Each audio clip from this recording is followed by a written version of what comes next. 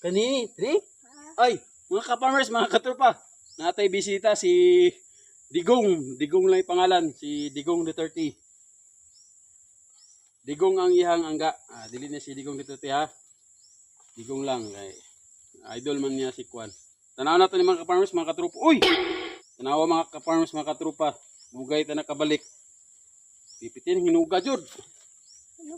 Oo, hinuga jud. Kayo siya. Oh. Tanawa. Namatoy upat. Karon nanapod siya. Hinuga siya mga ka-farmers, mga katropa. Muning ingon nga madugay ta og balik. Hinuga siya. Dili gyud siya ingon nga joke. Napay tatlo na bilin, nanapod siya bag-ong na nanapod bag-ong subol. Pero sa dapit ko mga farms, mga katropa. Diba? Muna nga dugay jud nato na balikan kung wala na to ni giputos kanina o hindi natin binalutan.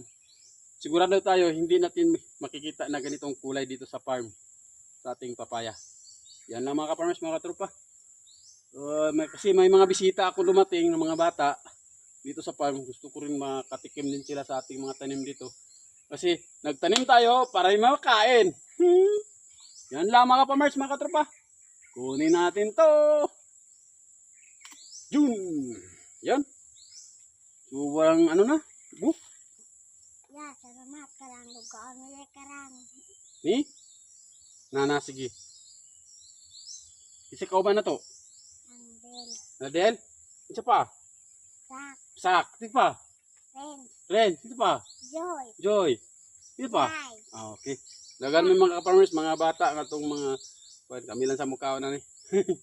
Kini na po, na naman sa idabilin tulo. Balikan na po nato ni next week.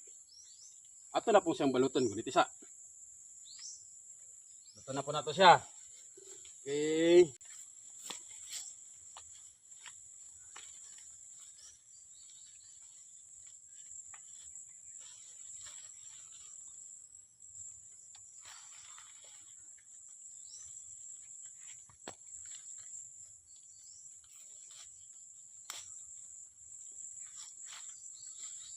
Para next week, nana po tayo balikan.